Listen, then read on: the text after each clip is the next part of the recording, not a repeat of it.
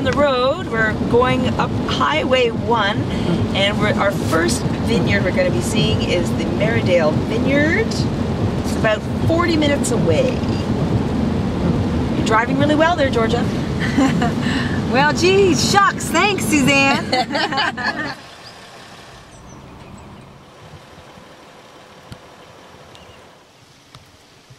Are we going to have to go apple picking today? I think they've picked the apples, and I think they've been fermented into a fabulous cider. Well, here we are in Cowichan Valley. Is that how you say it? That is how you say it. All right, which apparently is one of the warmest spots, or the warmest spot in Canada. I had no idea. Yes, it is. Of course, we're the wine ladies, but we like to step outside of the box sometimes and enjoy different kinds of beverages. And today's beverage of choice here is cider. Yes. So tell us a little bit about Merridale. How many apples or how many acres does the orchard have? We have 13 acres worth of orchard here. We as well have 15 other satellite orchards, 2 of which are in the Okanagan.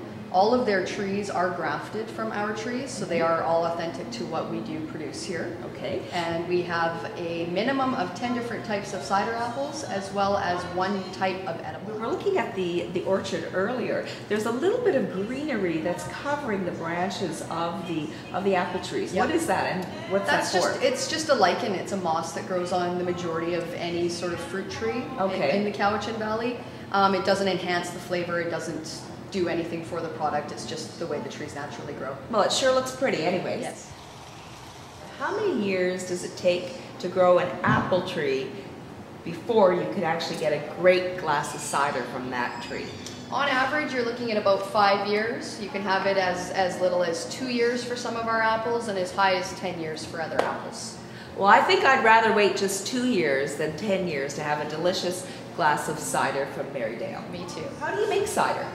Cider starts with waiting for the season to harvest. Once that happens, what they generally used to do back in the days, they would wait for 50% of their apples to fall to the ground. We now test them for sugar levels, acidities. Once we have the levels that we want, we hire a crew.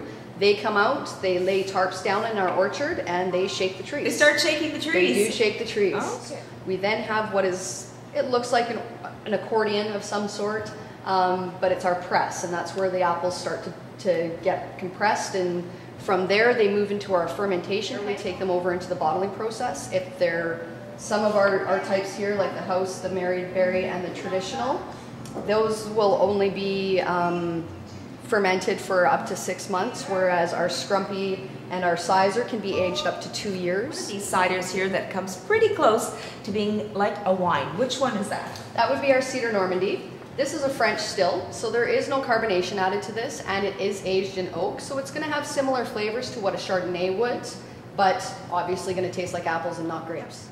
Now I'm wondering, are there some interesting drinks that you can create using apple cider as a base? Yes, absolutely. Like what? From here, when our bistro is open, we do sell a white sangria or a red sangria. The red sangria we make with red wine, our Maryberry cider. We top it off with a bit of orange juice, and the fruit that we put into it is marinated in the Maryberry as well, so they're bursting with flavor.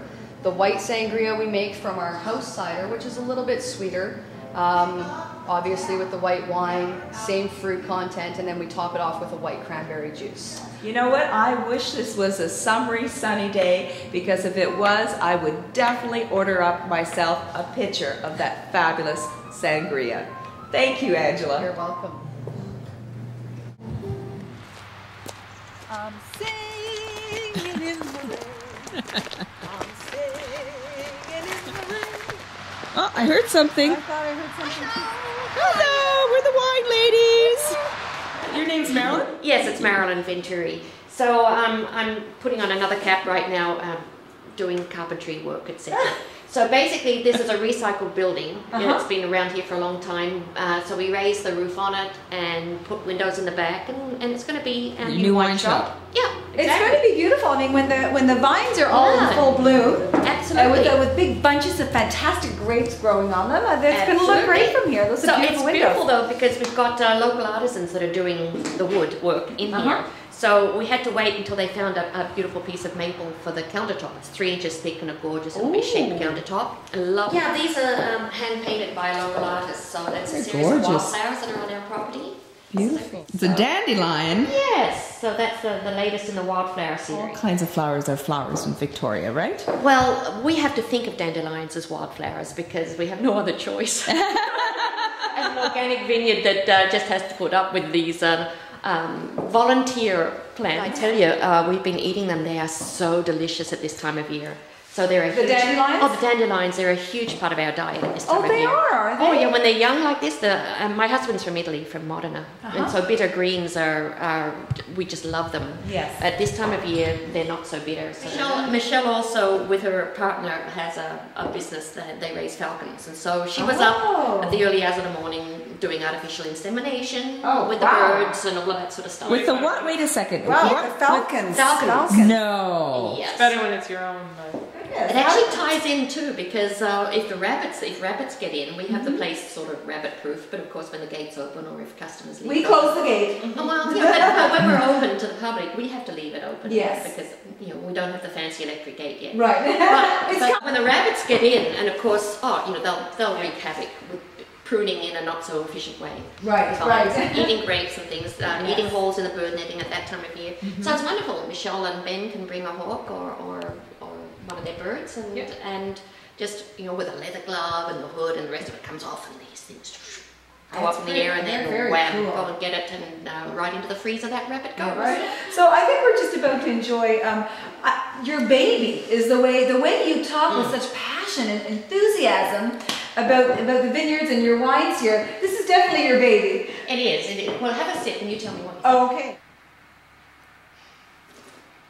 Oh, that's lovely. Isn't that Wow, nice? Yeah. That's delicious. Very lively. It's really light and lively and very creamy texture. Yes. It's the KS Cuvée. It's a 2008, so very young. We just disgorged this. It's a family operation. So my husband does the cuvées. So he decides which wines to blend to make the base wine for the sparklings. Okay. And Michelle does all the riddling, and then Michelle and I do the disgorging. So it's a family affair. Hey, that's a great job by all of the people in the family. They've done amazing. Right. That's very, very delicious. Venturi-Schulze, so you grow and the wines that you make are made exclusively from the grapes that you have grown here. Right. We only sell what we grew right out here. Right. So, the sparkling wines, yes. This one and any sparkling we make, they're brut naturel, meaning absolutely nothing added. So no sulfites, no sorbate, no brandy, no dosage, no sugar, no sweetening. And they're very clean. They're very clean and crisp. I mean, when somebody says, is this a good wine? I would say the answer to that is, do you like it?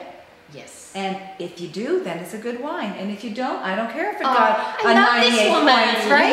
that Vancouver Island and the Gulf Islands are going to be like the new Napa. I mean, with what's happening, with the global warming. I think Napa's going to be they're going to say down there, oh, this is the new Vancouver Island. Forget about saying this is the new Provence or the new Napa. Hey, this is Vancouver Island. It's a fantastic job of Pinot Noir in some years.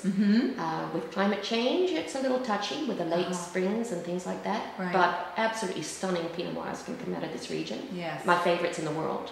Out of this region? Pinot Noirs in this region? Yes, some of those in this region are absolutely... A lot of the grapes we grow here are the German-French crossings, like the Zigurega, Ortega, all of these wines and varieties that... and do they do well here? Oh, gosh, yeah. And especially because we do have the highest mean temperature in all of Canada in the Cowichan Valley. Yes, we heard. Wow. Yes. And milder winters. But with the cool nights, it's just ideal for keeping the acidity up.